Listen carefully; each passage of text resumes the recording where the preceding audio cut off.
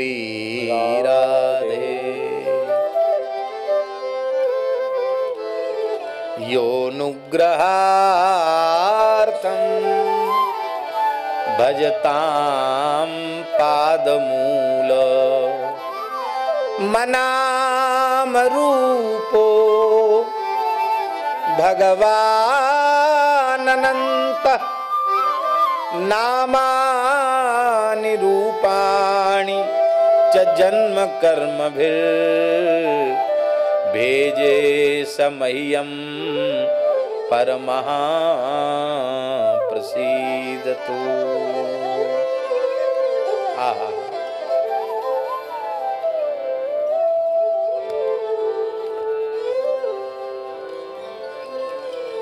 भगवान का नाम प्राकृत नहीं है।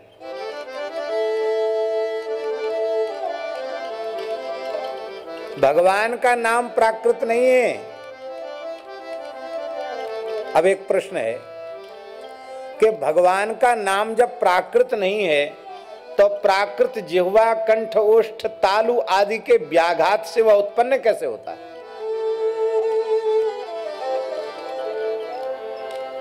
भाई उस नाम की अभिव्यक्ति का साधन तो प्राकृत है ना।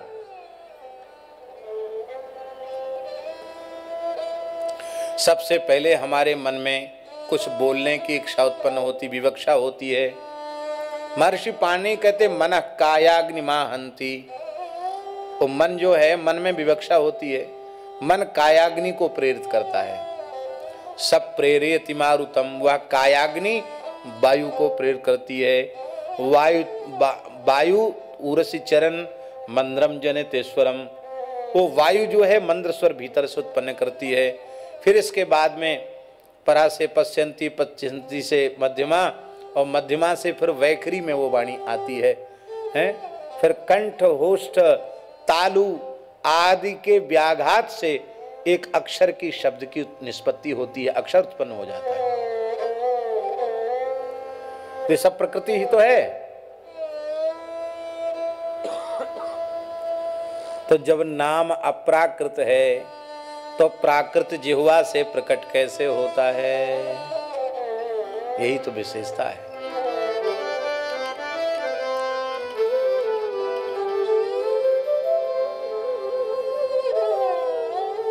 जिस जिह्वा पर नाम प्रकट होता है वो जिह्वा, वो कंठ ओष्ठ तालु प्राकृत होते हुए भी दिव्य नाम के प्राकट से अप्राकृत हो जाते हैं। इसलिए भक्त का शरीर देखने में प्राकृत के जैसा लगता है, पर वो प्राकृत नहीं है, अप्राकृत है, दिव्य है।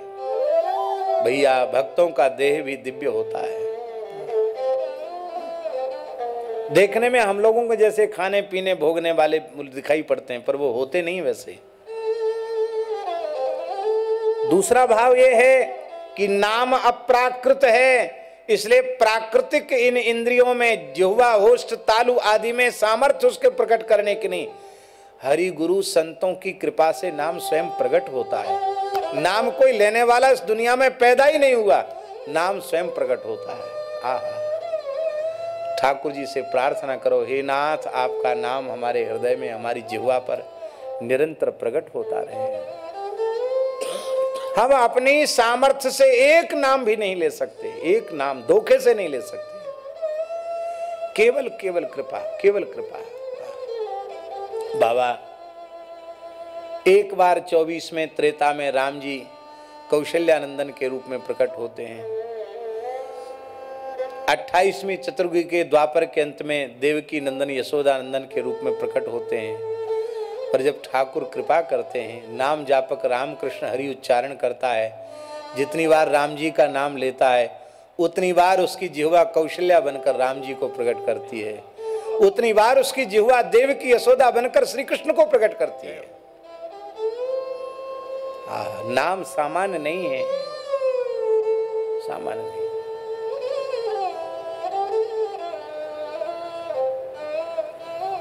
बरसाने में एक अजगर पड़ा था, चेंटी खा रही अजगर है। महाप्रभु जी की दृष्टि पड़ी, महाप्रभु जी का हृदय द्रवित हो गया, नेत्रों में जल भर आया। सेवकों ने पूछा, जय जय, ये प्राणी किस पाप के कारण ये कष्ट पा रहा है? महाप्रभु जी ने कहा कि पूर्व जन्म के एक मठाधीश हैं, महंत हैं, इन्होंने बहुत चेले बनाए और सबको दीक्षा दे करके सबसे धन ऐंठा, पर किसी एक को भी भगवान की प्राप्ति नहीं करा पाए और उस द्रव्य का इन्होंने मनमाने ढंग से उपयोग किया, इसलिए इनको अजगर की योनि मिली है। बस बात इतनी है कि ब्रज के जीव थे, इसलिए ब्रज में इनको जन्म मिल गया। हजारों लाखों चींटियां उसको खा रही थी जीवित ही, और वो छटपटा रहा था। ये चींटियां कौन हैं? बोले सब उनके चेला शिष्य ही हैं। वो सब जैसे गुरुजी ने चूसा, वो गुरुजी को चूस रहे हैं। तो इस बेचारे जीव की दुर्दशा देखकर हमको दया आ रही है। तब अनुगतों ने कहा, जय जय महाप्रभु कृपा करें। तो केवल अष्टाक्षर महामंत्र का उच्चारण करके श्री कृष्ण शरणम मम जैसी महाप्रभु जी ने अपने मुखारविंद से कहा, उन चींटियों के से तो अजगर का तत्काल कल्याण हो गया। वो ठाकुर जी की नित्य सेवा में पहुंच गया। आप कहेंगे ये कथा सुनाने का प्रयोजन क्या है? इस कथा के सुनाने का प्रयोजन ये है कि आपके हृदय में भगवान के दिव्य सच्चिदानंद स्वरूप अप्राकृत नाम के प्रति ऐसी निष्ठा हो, ऐसी श्रद्धा, ऐसा विश्वास होवे तो आप जितने जीवों को चाहें तत्काल मुक्त कर सकते हैं। अब कैसे कहा जाए कि नाम प्राकृत है? नाम अप्राकृत है महाराज जी, और रूप भी अप्राकृत है। ठाकुर जी का स्वरूप भी प्राकृत नहीं है। ये इन प्राकृतिक आंखों से देखने से प्राकृत के जैसा लगता है, वस्तुतः भगवान का स्वरूप भी अप्राकृत है। चिदानंदमय देह तुम्हारी, चिदानंद स्वरूप है भगवान। प्राकृत देह कैसे होते हैं उनके बारे में कहने की जरूरत नहीं है, हमको देख लो।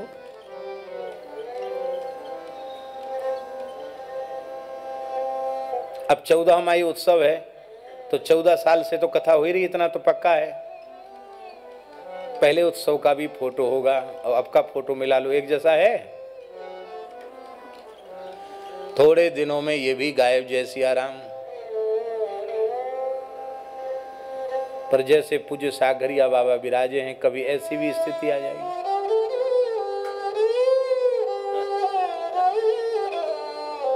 ये हम लोगों के शरीरों की दशा है। तो हमारे ठाकुर जी क्या कहना, आज तक किसी ने इनको आंख भर के देखा ही नहीं, देख सकता नहीं, देखने की हिम्मत नहीं। क्यों?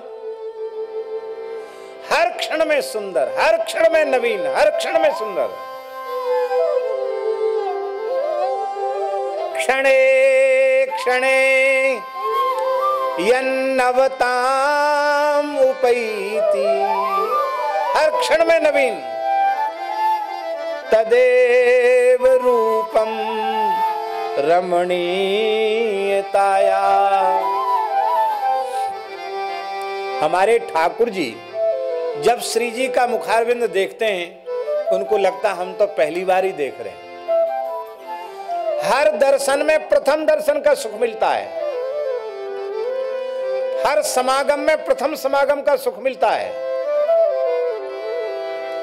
और ऐसे ही लाल जी जब जब श्री जी को देखते हैं तो हर दर्शन में प्रथम दर्शन, ऐसी लाल जी को श्री जी के दर्शन में और श्री जी को लाल जी के दर्शन में। ये कैसा स्वरूप है? सूरदास जी के शब्दों में, चलत चितवत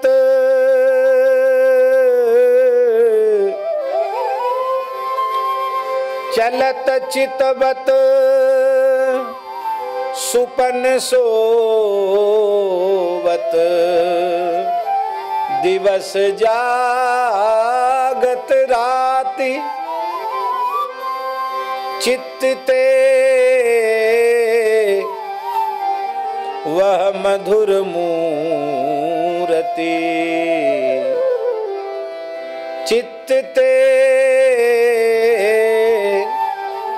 वह मधुर मूरति, छिन न इत उत जाति।